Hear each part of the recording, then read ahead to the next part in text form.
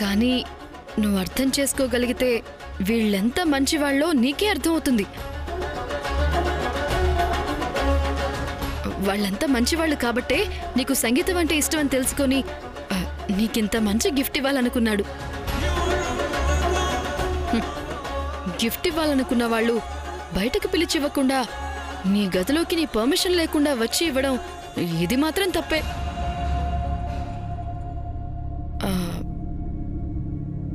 Gift ఇవ్వాలనే వంకతో నువ్వు బట్టలు మార్చుకుంటుండగా చూడాలని కూడా వచ్చుండొచ్చు. సరస్వతి, వాళ్ళందరూ మంచివాళ్ళు కాబట్టి శ్రావణ ఉద్దేశంతో వచ్చుండకపోవచ్చులే. మగాళ్ళు ఎంత మంచివాళ్ళైనా వాళ్ళని నమ్మడం కూడా కరెక్ట్ కాదులే.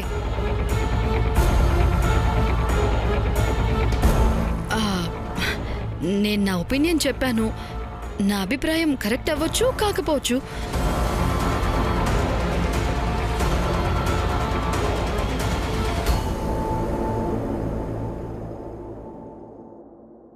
అన్నయ్య, బాధపడకన్నయ్య. ఆ అమ్మాయి నీ గురించి ఏదో వాగినంత మాత్రాన అన్నయ్య వదిలి నమ్మేస్తారనుకున్నావా? మన మీదున్న నమ్మకం ఎప్పుడు అబద్ధం కాదని అన్నయ్య చెప్పాడుగా. అంటే ఆవిడ చెప్పింది అన్నయ్య నమ్మలేదనేగా అర్థం. బాధపడకన్నయ్య. జరిగిన దాని గురించి నువ్వు ఆలోచించద్దన్నయ్య. పదన్నయ్య, అలా బయటికెళ్ళొద్దాం. రే చిన్నోడా, నన్ను వదలరా. అన్నయ్య, అలా కాదన్నయ్య.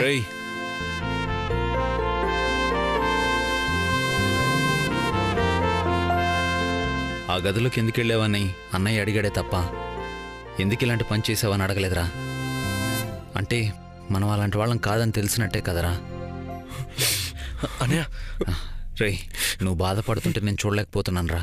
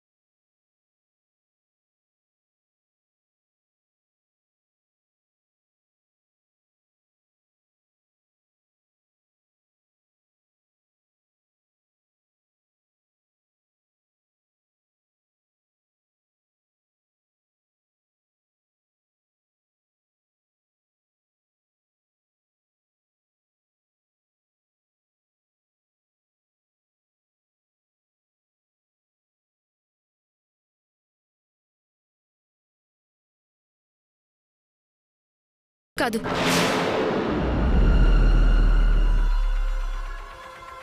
ఇది మీ ఇల్లు.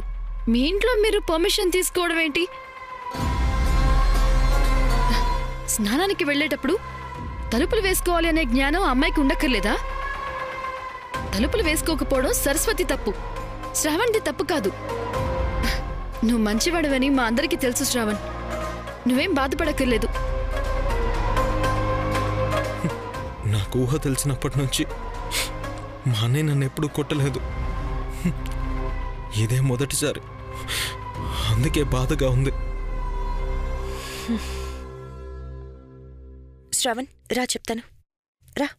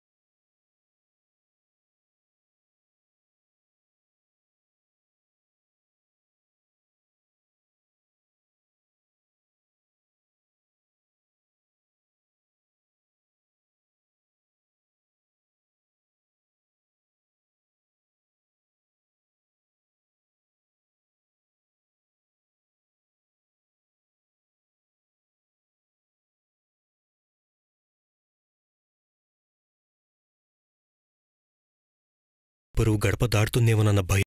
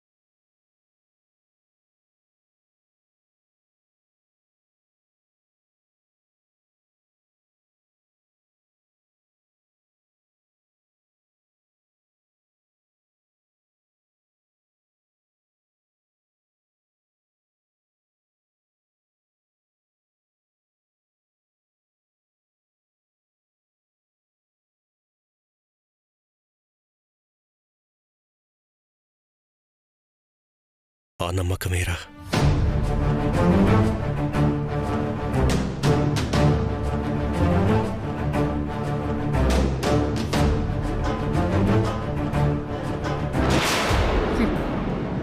ఈ అన్నాదమ్ములు సెంటిమెంట్ సీన్ని బాగా పండించారు. ఈ సీన్ రివర్స్ చేస్తే ఎలా ఉంటుందో నేను చూపిస్తాను రామరాజు.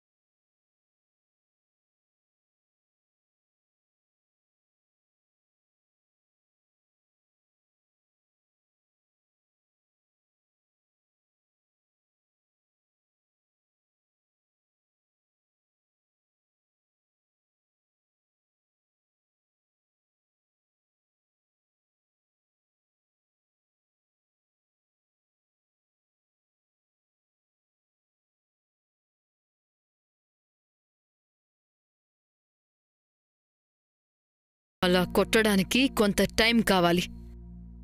దెబ్బ కొట్టడానికి ఎంత టైం కావాలి నీకు? 5 ఏళ్ళ, 10 ఏళ్ళ, 25 ఏళ్ళ? అంత లాంగ్ టైం పాలసీలు నాకిష్టం ఉండదు మామా. వేటాడాలంటే ధైర్యం ఉంటే సరిపోదు, సహనం కూడా ఉండాలి. పగ తీర్చుకోవాలంటే పౌరుషం ఉంటే సరిపోదు, తెలివి ఉండాలి. నేను ఆడే ఆటలో మొదటి గోల్ రేపే కొట్టబోతున్నాను. ఏం చేస్తున్నావు? రేపుదయం రామరాజు అమ్మవారి పూజ చేయడానికి వెళ్ళబోతున్నాడు. ఆ పూజలో రామరాజు జనం ముందు తల దించుకునేలా తన వంటి రక్తం చిందించేలా చేస్తాను. అవునా? రేపు జరిగే ఆ అవమానం తట్టుకోలేక, నలుగురిలో తలెత్తుకోలేక ఆ రామరాజు కృంగిపోవాలి. అది చూడలేక వాడి పెళ్ళాం సీత కుళ్ళి కుళ్ళి ఏడుస్తూ కుమిలిపోవాలి. అన్నయ్యకి జరిగిన అవమానం భరించలేక ఆ రామరాజు తమ్ముళ్ళు గింజుకోవాలి. రేపిది జరిగాక ఆ ఆనందాన్ని షేర్ చేసుకోవడానికి నీ దగ్గరికి వస్తాను మామా. ఓకే.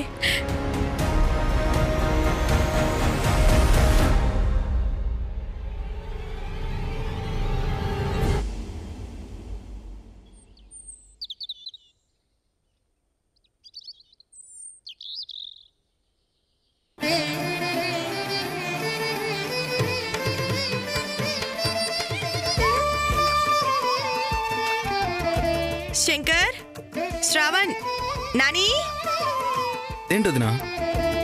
ఏంటి మీరు ఇంకా రెడీ అవ్వలేదా? 10 నిమిషాలు వదినా, నానిగాడు రెడీ అవుతున్నాడు. సరే త్వరగా కానివ్వండి. సరే వదరా. ఏంటి ఇంకా రెడీ అయ్యారా లేదా? యాండి యాండి,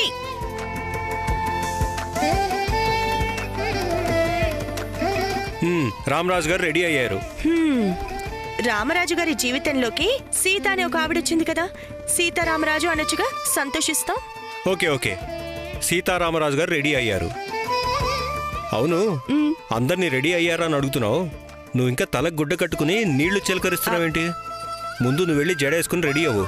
నాదెంతసేపు అండి? 10 నిమిషాలు. మీ ఆడోళ్ళు 10 నిమిషాలు అన్నారంటే మినిమం 2 అవర్స్ అని అర్థం. అంత లేదులేండి. అక్క, నేనైతే రెడీ అయిపోయాను.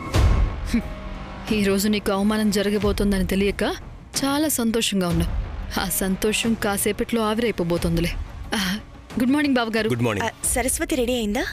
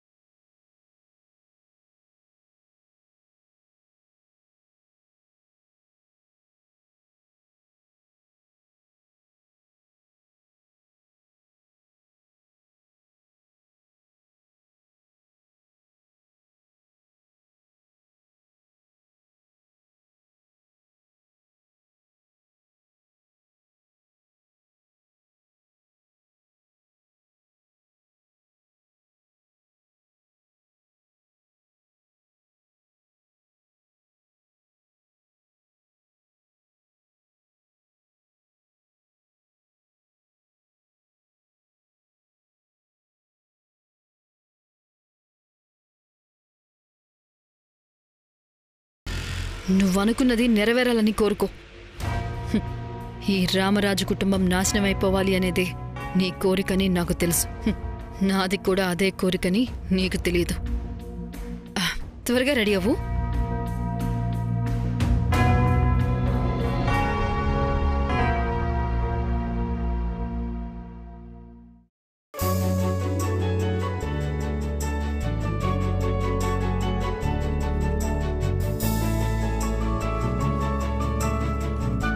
నువ్వు చాలా అదృష్టవంతుడు అన్నయ్య. దేనికిరా? ఆ ఊళ్ళో అంతమంది ఉండగా అమ్మవారికి నీ చేత పూజ జరిపించాలనుకోవడం అదృష్టమే కదన్నయ్య. నిజమేరా, మీ అన్నయ్యకి అంత గొప్ప అదృష్టం వచ్చిందంటే ఆ అదృష్టం మీది కూడా కదరా.